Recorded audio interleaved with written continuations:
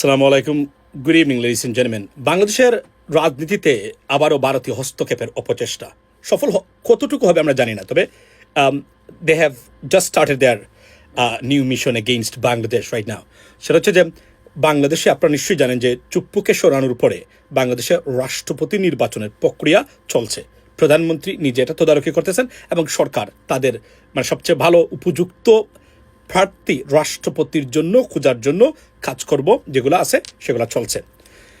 কিন্তু এই ঘটনাতে মানে এটা একটা সরকারের ভিতরে একটি তথ্য নিশ্চিত করেছে আমাকে, যেটা সেটা হলো যে প্রধানমন্ত্রী বা সরকারের একাংশ, যেটা anti Indian wing in the government বা বাংলাদেশি জাতীয়তাবাদে বিশ্বাসী যারা আছেন, তারা মনে করেন যে বাংলাদেশ এবং বহির্বিশ্বের বর্তমান রাজনৈতিক ভূ রাজনীতি এবং আন্তর্জাতিক রাজনীতি যে কলাকৌশল আছে, সেই কলাকৌশলে এই মুহূর্তে ডক্টর ইউনূসের মতো একজন ব্যক্তি রাষ্ট্রপতি হলে সেটা বাংলাদেশের পক্ষে যাবে, সরকারের পক্ষে থাকবে এবং সরকার সুবিধাজনক অবস্থানে থাকবে, যেহেতু তার ইন্টারন্যাশনাল কানেকশনস আছে সেই অনুযায়ী। কিন্তু এখানে এই কথাটা বা এই অভিপ্রায় মানে রাষ্ট্রপ্রধান ব্যক্ত করার পরেই নড়ে চড়ে বসেছে ভারতীয় গভর্নমেন্ট। একের পর এক আলোচনা, একের পর এক বিহাইন্ড দ্য সিন চলছে তুগলকি সব এক্সেন্ট্রিক মুভ বা বিজার বা উইয়ার্ড বা অ্যাবসার্ড মানে মুভমেন্ট বাই ইন্ডিয়ান অথরিটি।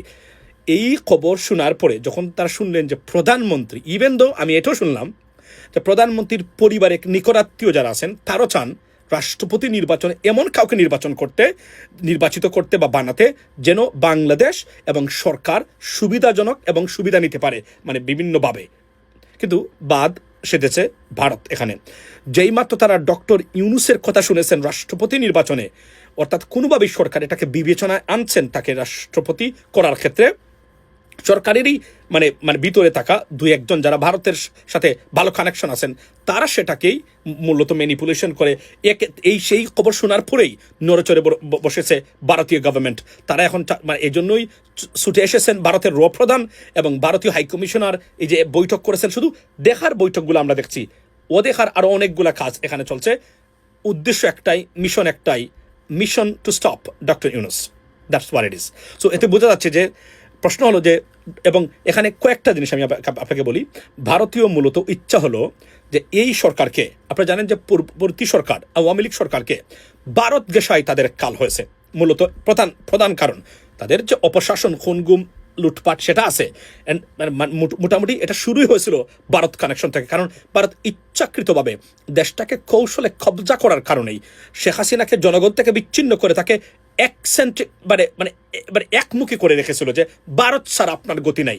যেহেতু তখনকার সময় মার্কিন যুক্তরাষ্ট্র সহ বহির্বিশ্বে ভারতের একটা প্রভাব বিস্তার করেছিল তারা, মানে জঙ্গিবাদ এবং মৌলবাদ এই ইস্যু নিয়ে, যে এটা খুবই মানে তখনকার সময় মানে হট কেক ছিল লেডিস এন্ড জেন্টলম্যান। এটার থেকে বেরিয়ে আসার পরে তারা এখন সবচেয়ে বড় যে ঘটনা সেটা ঘটেছে এই মুহূর্তে, যে বিএনপিকে ভিজিবলি তাদের তো মিশন শেষ হয় নাই। তাদের মিশনটা হলো যে কোনভাবেই হোক না কেন আওয়ামী লীগকে ফিরিয়ে আনতেই হবে বাংলাদেশে। এটা তাদের ন্যাশনাল স্ট্র্যাটেজি, কেমন পর্যন্ত ওই স্ট্র্যাটেজি কখনো চেঞ্জ হবে না। কেউ যদি মনে করে যে ভারত এই স্ট্র্যাটেজি চেঞ্জ করেছে, শুধুমাত্র সময়ের অপেক্ষা তারা করতেছে কখন তারা জাপ দিবে। যদিও ভারত আসলেই মানে ক্ষমতাহীন এবং মানে এই যেটাকে আমরা সুপার পাওয়ার মানে লেস একটা কান্ট্রি, যদিও নিজেদেরকে তারা প্রচণ্ড সুপার পাওয়ার মনে করে থাকেন।